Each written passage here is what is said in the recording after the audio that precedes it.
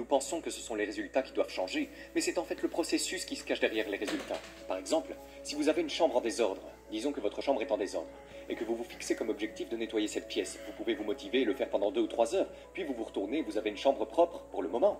Mais si vous ne changez pas les habitudes désordonnées qui ont conduit à une chambre sale en premier lieu, vous vous retournez 2 semaines plus tard et vous avez à nouveau une chambre désordonnée. En fait, vous n'avez pas besoin d'une chambre propre, vous avez besoin de meilleures habitudes de nettoyage, et ensuite votre chambre sera toujours propre. Vous n'avez pas besoin de perdre du poids, vous avez besoin de meilleures habitudes alimentaires, et votre poids sera toujours à peu près là où vous voulez qu'il soit. Vous n'avez pas besoin de plus d'argent, vous avez juste besoin de meilleures habitudes financières, et ensuite vous aurez toujours assez d'argent pour gérer les choses qui se présentent à vous. Et je pense que c'est l'une des raisons pour lesquelles les petites habitudes comptent tant. Elles ne transforment pas nécessairement votre vie du jour au lendemain, tout de suite. Par exemple, faire une seule pompe ne transformera pas votre corps, mais cela vous permettra d'être le genre de personne qui ne rate pas ses entraînements. Ou méditer pendant 1 minute ne vous donnera peut-être pas un sentiment immédiat de calme dans votre vie, mais cela vous permettra d'être un méditant. Le véritable objectif n'est pas de courir un marathon, le but est de devenir un coureur. Le but n'est pas d'écrire un livre, le but est de devenir un écrivain. Parce qu'une fois que vous avez adopté cette identité, vous ne cherchez même plus à changer de comportement. Vous agissez simplement en alignement avec le type de personne que vous vous voyez déjà être. C'est un peu comme le vrai changement de comportement est vraiment un changement d'identité. Parce qu'une fois que vous avez changé cette histoire interne, il est beaucoup plus facile de s'affirmer chaque jour. Vous n'êtes même pas vraiment motivé à le faire. Vous vous dites, c'est ce que je suis maintenant. Il y a une sorte d'effet yo-yo, vous savez, comme quelqu'un qui s'entraîne pour un semi-marathon, et puis il court la course, et cette course l'a motivé à s'entraîner pendant les 3 ou 4 derniers mois. Et puis, la course se termine, et il arrête, et prend une semaine de repos, puis une semaine se transforme en 2 semaines, puis 2 mois, et ainsi de suite. Et puis il se retourne 4 mois plus tard en disant « Mec, ça fait des mois que je n'ai pas couru, je dois m'inscrire à une nouvelle course ou quelque chose comme ça. » Parce que si tout tourne autour de l'objectif, dès que l'objectif est atteint, vous n'avez plus cette motivation. Mais si en lieu et place, il s'agit d'être un coureur, alors même une fois que tu as fini la course, tu as toujours une raison de te montrer à nouveau la semaine suivante, parce que tu te dis, eh bien, c'est ce que je fais, je cours, c'est ce que je suis, n'est-ce pas? Et donc je pense que, dans à peu près tous les domaines, la vraie pensée à long terme est vraiment une pensée sans but. Il s'agit bien plus d'être cette personne, de développer cette identité, de suivre ce système, et puis il se trouve que vous réalisez votre potentiel en cours de route. Ce que vous réalisez, c'est que vos habitudes renforcent une identité particulière, et parfois cela peut être positif, et parfois négatif. L'histoire peut être du genre « Je suis mauvais en maths, je n'arrive pas à me souvenir des noms des gens, ou je n'arrive pas à me souvenir des directions à suivre. » Et toutes ces histoires ne sont que des histoires internes que vous vous racontez, mais chaque fois que vous vivez une expérience qui la renforce, l'histoire se solidifie. Et donc, je pense que la méthode, l'idée à retenir ici, est que chaque action que vous entreprenez est en quelque sorte un vote pour le type de personne que vous voulez devenir. Et si vous pouvez maîtriser les bonnes actions, si vous pouvez maîtriser les bonnes habitudes, alors vous pouvez commencer à voter pour cette nouvelle identité, cette personne désirée que vous voulez être. Les bonnes habitudes deviennent des habitudes faciles lorsque vous pouvez apprendre à trouver du plaisir, à retarder la satisfaction. Il n'y a pas de précipitation, construisez sur le long terme. C'est comme s'ils se tenaient au pied d'une montagne. Ils peuvent voir le sommet, ils peuvent voir la chose qu'ils veulent, je veux avoir un impact. Ce qu'ils ne voient pas, c'est la montagne. Ce grand objet inamovible. Vous pouvez monter vite, vous pouvez monter lentement, je m'en fiche. Mais il y a toujours une montagne. Ce qu'ils ne comprennent pas, c'est que la vie, les relations et l'épanouissement professionnel sont un voyage. Il n'y a pas d'application pour ça. Je n'ai rien. Il faut passer par la lenteur, l'ennui, les méandres du processus appelé carrière et vie. Tout dans ma vie, quand quelque chose devenait difficile, j'abandonnais. Je n'étais pas doué pour la lecture, pas doué pour l'écriture. Alors j'ai abandonné. Je n'arrivais pas à suivre aussi vite que toi. Je devais travailler plus dur que toi. Alors j'ai abandonné. Comme si je pouvais faire cette distance, ce kilomètre supplémentaire, juste pour aller, juste pour finir. Je voulais ressentir la victoire. Et la victoire pour moi n'était pas de gagner, c'était juste de finir. C'est l'une des choses les plus difficiles dans la construction de meilleures habitudes. C'est qu'il est très facile de les rejeter n'importe quand, n'est-ce pas? Quelle est la différence entre manger un hamburger et des frites au déjeuner et manger une salade? Pas grand-chose. Le jour même, votre corps est pratiquement le même dans le miroir.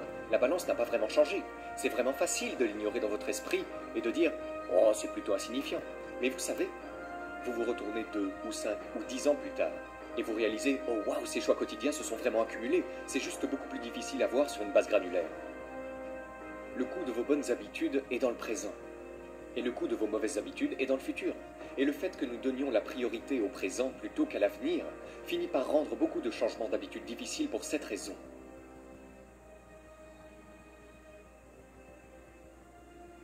La forme ultime de gratification intrinsèque est une réaffirmation de votre identité désirée. Donc, si votre identité souhaitée est « je suis le type de personne qui ne manque pas les entraînements » ou « je suis un athlète », chaque fois que vous faites un squat, vous pouvez littéralement être au milieu de l'entraînement et vous êtes déjà gratifié parce que vous agissez en alignement avec le type de personne que vous voulez être. C'est comme « oh, je viens de faire ce mouvement, je n'ai pas manqué cette séance d'entraînement, ça fait du bien ». Maintenant, je pense qu'il faut un peu de temps pour arriver à ce point où ça vous ressemble vraiment. Vous savez, vous pouvez imaginer que quelqu'un va à la salle de sport la première semaine ou le premier mois. Il ne s'identifie pas encore tout à fait de cette façon parce qu'il n'y a pas passé assez de temps. Steven Pressfield, je crois que c'est dans The War of Art, il y a un passage où il parle d'un loup et comment le loup développe un territoire, n'est-ce pas? Mais la seule façon de développer un territoire, c'est d'être là, de marcher sur le terrain tous les jours. Et alors, tu peux commencer à sentir que c'est à moi, c'est ma maison. Et il parle des écrivains qui font cela en arrangeant la chaise, l'ordinateur et le bureau de leur territoire. Et cela devient leur terrain. Et je pense que c'est vrai pour la plupart des habitudes aussi. C'est comme lorsque vous entrez dans un gymnase pour la première fois. Vous vous sentez très incertain. Ce n'est pas votre territoire. Vous n'avez pas l'impression que c'est votre terrain. Mais une fois que tu y retournes pendant une semaine, un mois ou un an, à un moment donné, tu franchis ce seuil invisible où tu commences à te dire « oui, c'est pour moi » ou « j'ai ma place ici ». Et je pense qu'une fois que vous avez franchi ce stade, il devient plus probable que vous puissiez obtenir ce genre de réaffirmation de votre identité et commencer à vous sentir instantanément gratifié. Mais il y a d'autres choses que vous pouvez faire à court terme pour vous sentir plus gratifié pendant que vous travaillez sur ces habitudes. Voici donc une petite tactique. Disons que vous essayez de faire de l'exercice ou de prendre l'habitude de méditer ou autre. Et à chaque fois que vous méditez pendant 5 minutes, vous avez ce petit bocal de billes avec 100 billes dedans. 90 sont rouges et 10 sont bleus. Et après chaque exemple de votre habitude, vous vous approchez et vous sortez une bille du bocal. Et si vous tirez une des 90, alors rien ne se passe. C'est juste une tape dans le dos. Bon travail. Vous avez fait ce que vous deviez faire. Mais si tu retires l'une des 10 bleus, alors tu obtiens une sorte de récompense qui est excitante pour toi. Peut-être que tu peux regarder Netflix pendant 1 heure sans te sentir coupable, ou aller te promener dehors, prendre un bain moussant ou t'acheter une nouvelle veste, n'importe quoi, quelque chose qui soit gratifiant. Et ce que vous venez de faire, c'est d'introduire un élément de gratification immédiate, de surprise et de plaisir dans tout le processus. Et donc, oui, c'est le premier point. Quand vous méditez, vous ne pouvez pas encore vous identifier comme un méditant, ou vous n'avez pas encore le sentiment que le calme veille sur votre vie. Mais vous avez cette autre chose intéressante, qui est gratifiante immédiatement et qui vous incite peut-être à persévérer en attendant que les récompenses à long terme s'accumulent. Nous avons donc, et cela joue certainement un rôle important dans les habitudes, un penchant pour le présent, et c'est logique, n'est-ce pas? L'exemple que j'ai donné sur le fait de trouver un buisson de baie, vous savez, à 100 mètres de distance. Eh bien, vous devriez en fait aller chercher la nourriture qui est proche et non celle qui se trouve de l'autre côté de la montagne. Parce que c'est logique, vous préférez la voir maintenant, surtout que nous n'étions pas dans une société moderne pendant 99,999% de l'histoire de l'humanité. Nous essayons juste de survivre, comme tous les autres animaux. Et donc, vous devriez donner la priorité à la nourriture immédiate, à l'abri immédiat, à l'eau immédiate, à la sécurité immédiate. Et en fait, nos cerveaux sont câblés pour faire ça. Mais dans la société moderne, c'est une toute autre histoire, parce que nous avons toutes ces choses qui font que nous devons donner la priorité aux résultats différés. Vous allez à l'université maintenant, et vous serez diplômé dans 4 ans. Vous épargnez pour votre retraite aujourd'hui, puis vous prenez votre retraite dans plusieurs décennies. Vous vous présentez au travail cette semaine, puis vous recevez un chèque de salaire dans 1 mois. En fait, il y a toutes sortes de choses que nous faisons dans la société moderne qui nous obligent à retarder la gratification. Et cela va un peu à l'encontre de notre câblage ou de notre préférence biologique. Il y a une sorte de désalignement des récompenses qui se produit souvent avec les habitudes. Il y a donc un résultat immédiat, une récompense immédiate, et puis une récompense finale. Et pour vos mauvaises habitudes, l'une des raisons pour lesquelles les mauvaises habitudes collent si facilement, qu'elles se forment si facilement, c'est que les mauvaises habitudes, la récompense immédiate est souvent favorable, n'est-ce pas? Par exemple, quelle est la récompense immédiate de manger un donut? C'est plutôt génial, c'est doux, c'est sucré, ça a bon goût, mais ce n'est que la récompense ultime. Si vous répétez cette habitude pendant 6 mois, 1 an ou 2 ans, c'est défavorable. Pendant ce temps, les bonnes habitudes sont souvent l'exact opposé. La récompense immédiate d'aller à la salle de sport ou d'aller à la salle de sport pendant 1 semaine n'est pas vraiment géniale. Votre corps est probablement endolori. Vous n'avez pas grand-chose à montrer, votre corps a la même apparence, le poids n'a pas vraiment changé.